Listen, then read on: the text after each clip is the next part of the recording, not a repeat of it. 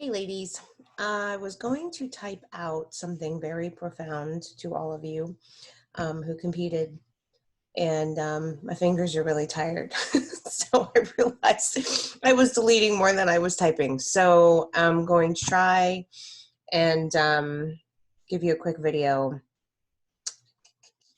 And all right, so yesterday, I can tell you that probably the hardest thing I ever do as a coach is have to explain what happens when there's no way for me to actually explain what happens.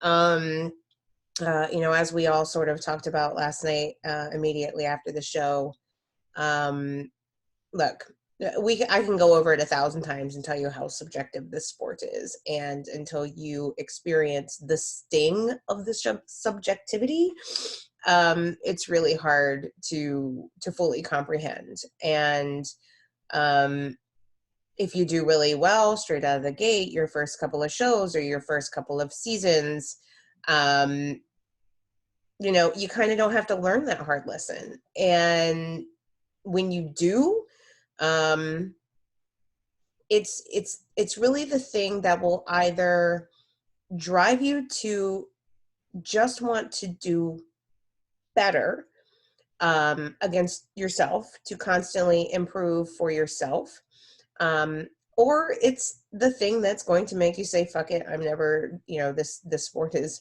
not for me and I'm not going to do this anymore. And it really is, as much as I hate it when it happens for clients, um, it's actually something that's you have to go through. It's actually a really important part of the sport to have that kind of disappointment. Um, and I'm not talking about the kind of disappointment that comes from doing your best and losing to somebody that actually was better than you. I mean, that's definitely going to happen, but at least you can look at that, especially after you step back a little bit from the emotions of it and like, well, you have to go review game tape and say, well, that person actually was better than me, or I could see why the judges liked that person better than me. But then there's also going to be the times where you don't do as well as you think you should have. And maybe everybody around you also says you didn't do as well as you think you should have, including your coach. Those times are going to happen. And I actually consider them incredibly important lessons in this sport, because it's what will remind you that you absolutely have to be doing this for yourself.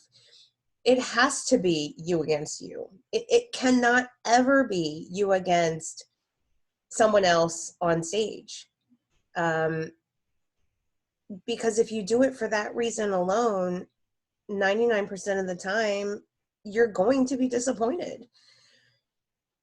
I think yesterday, there were a lot of judges' decisions I didn't agree with, that didn't make sense.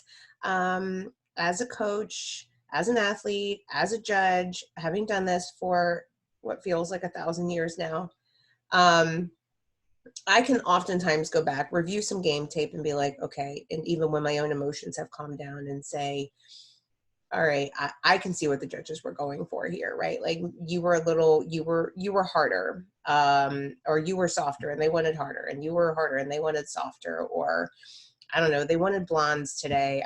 I don't know. I'm making shit up, but it not specifically about, one particular show. And sometimes I review game tape after all of my emotions have settled down, and I'm like, I still really don't know what happened. And it's hard because the people around you love you. They see how hard you've worked. Even other athletes that look up to you, your friends, your family, your coach, we all know and love you. I know how hard you've worked. I've watched you all accomplish what you've accomplished. So of course I think you should do better. Of course I want you to do better. Of course I want you to have all of these successes. And of course they do too. The people around you will tell you, you shouldn't have lost, so there's no way, you look the best, and this and that and the other thing. And that's all fine and great. But when it comes down to it, in this sport, you're putting your success on stage in the hands of a panel of random strangers from all over the country, from all different walks of life, from all different experience levels, with all sorts of different intrinsic biases, right? For better or worse, it is what it is. We're human beings. I can tell you, I have never experienced politics in the sense of, any one judge is like, oh, you got to vote this way for this client or so on and so forth. It doesn't happen. It just doesn't work that way. And in most competitions, anymore, you can't even judge your own clients in a show. You have to step back. Um, you know, I, I don't think that there's a favoritism, even as long as I've been doing this. I just don't. But anyway, so I don't think that's the case. And a lot of people around you will say politics, politics, politics, and you should have won, and but this person was the favorite, and blah blah blah. You gotta get all that out of your head. Because whether it's there or not, right, which I actually don't believe that it is, this lesson that you learn when you feel the sting of the disappointment of not even being able to pinpoint what you could have done better or different, or even if it was fair, because you don't believe the people that beat you should have beat you. This is critical. It's really, really critical in this sport, and to your being an athlete in this sport, because like I said, this is the moment that you decide, are you driven to do this because of placement on stage or because of who you beat? Or are you driven to do this because you truly love the process, you love the challenge, and do you want to continue in this sport because you want to bring a better version of yourself every single time you hit the stage? Because that is absolutely what this has to be about. And this is a really defining moment, I think, in any athlete's journey in this sport in particular, if you're going to stay in it or you're going to say it's not for you. You got to have some thick skin. You got to be able to accept that, you have friends and family that came and everybody's rooting for you, and shit just didn't go your way. Just wasn't your day. It's no fault of your own. It has nothing to do with the journey you took to get there. How you placed or didn't place, absolutely has nothing to do with the heart and the drive and the emotion and your work ethic. Sometimes not even your physique, you're right, or who you are as a person in any way, shape, or form. It has nothing to do with that, and everything to do with the subjectivity of the sport on any given day, with any group of competitors, with any group of judges, on any stage, with any lighting, with any music, with any whatever the fuck, right? So this moment decides, are you doing this for yourself? Are you doing this for a trophy? Are you doing this to drive yourself to be better? Or are you doing this for accolades and for recognition from outside people or outside forces, right? This is intrinsic. It has to be intrinsic, right? It has to be something that you're motivated to do for yourself and yourself alone. And it's easy to get caught up in the social media of things, and putting all your stuff out there and then having to field all the well, what happens because of everybody on social media? And sometimes you have to silence all that and just go inside, right? Go inside and decide what it is you're doing this for. I will tell you from my own personal experience, as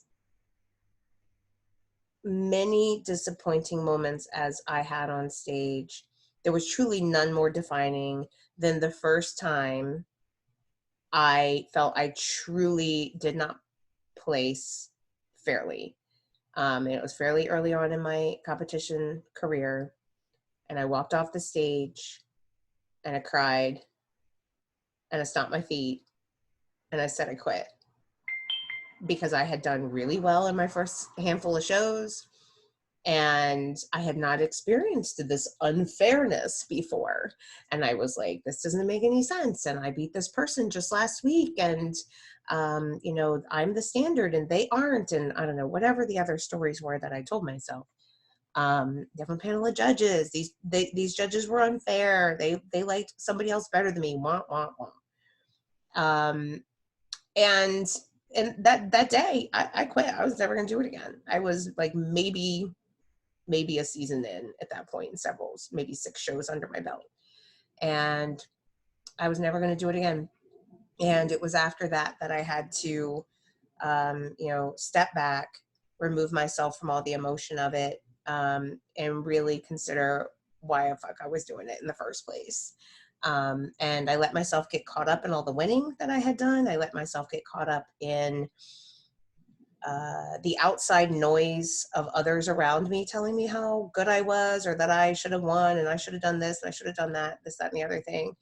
And I realized that if I was going to continue in this sport, it absolutely had to be me versus me, right? It had to be me and my journey and how I was going to come in better every single show. And I had to shut the noise out around me. And I had to ignore the noise from others. And, you know, anybody telling me how good I was or wasn't, or that I should have done this and I should have won and this, that, and the other thing, you got to shut all that shit out.